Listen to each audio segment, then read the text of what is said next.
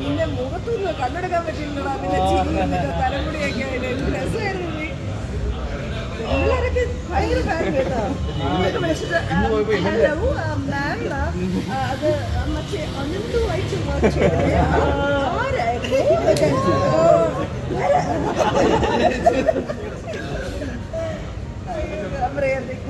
കൂടെവിടയില് റഹ്മാൻ സാറൊക്കെ വന്നപ്പോഴത്തേക്ക് ഞങ്ങളുടെയൊക്കെ കോളേജ് സ്റ്റുഡൻ്റൊക്കെ ഭയങ്കര ഒരു റേവായിരുന്നു. റേഞ്ചിൽ പോകുന്നുണ്ടോന്ന് എനിക്ക് ചെറിയൊരു സംശയം.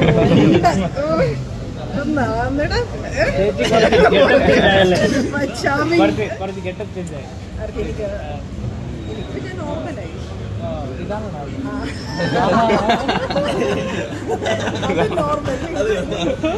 നോർമൽ ഇത് കേട്ടോ. ഞാൻ മറ്റേ Tamil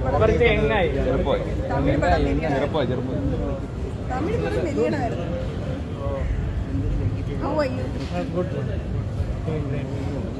Fantastic. It was so good in the film. Where is he? Madurai tha irundathu 1 month. I know Veerathirash. Kristi bro. Nammude music la irukku. Kristi nammude music la irukku. Vijay. നമ്മുടെ കുട്ടികളുടെ എന്താ പറയുക തകർപ്പൻ പ്രകടനം കഴിഞ്ഞു. അപ്പോൾ അതുപോലെ തന്നെ ഒരു ടീച്ചറായിട്ടും അമ്മയായിട്ടും ഒക്കെ നിന്നെന്നാണ് ഞങ്ങൾ അറിഞ്ഞത്. ലൊക്കേഷനിൽ ഒരു എല്ലാ പാഠ്യം കൊടുക്കാനൊക്കെ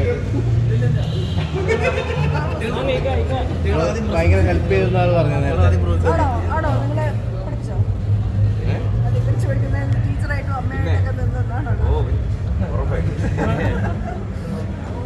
എങ്ങനെ ഉണ്ടായിരുന്നു പുതിയ നമ്മുടെ പിള്ളേരുടെ കൂടെ?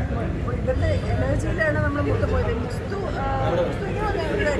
അതായത് നിങ്ങൾ ഈ സിനിമ കാണുമ്പോൾ ഒരു ഫ്രണ്ട്ഷിപ്പിന്റെ ബോണ്ട് ഫീൽ ചെയ്യുന്നെങ്കിൽ മുസ്തു ഞങ്ങളെ എല്ലാവരെയും ഒരു ടീമാക്കിയതിന് ശേഷമാണ് ഈ സിനിമ തുടങ്ങിയത്. അപ്പം ഞങ്ങൾ ശരിക്കും ആ സിനിമയ്ക്കകത്ത് കൂട്ടുകാരെ പോലെ ഒരു സംഘമാണ്. ഞങ്ങളെല്ലാവരും ഭയങ്കര ഫുൾ ഓൺ ബോണ്ടിലാണ് ഈ സിനിമ ചെയ്ത് തുടങ്ങിയത്.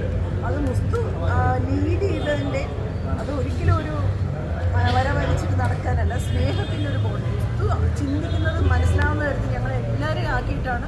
ഞാൻ ഇവരോട് ഇരിക്കുന്നത്, ഇത് നീ മുസ്തുവിനെ പോലെ ആയോ, മുസ്തു നിന്നെ പോലെ ആയോ, നിങ്ങൾ ഈ സംസാരിക്കുന്ന മുസ്തു സംസാരിക്കുന്ന പോലെ ഉണ്ട് അല്ല എന്ന് ചോദിച്ചില്ലേടാ.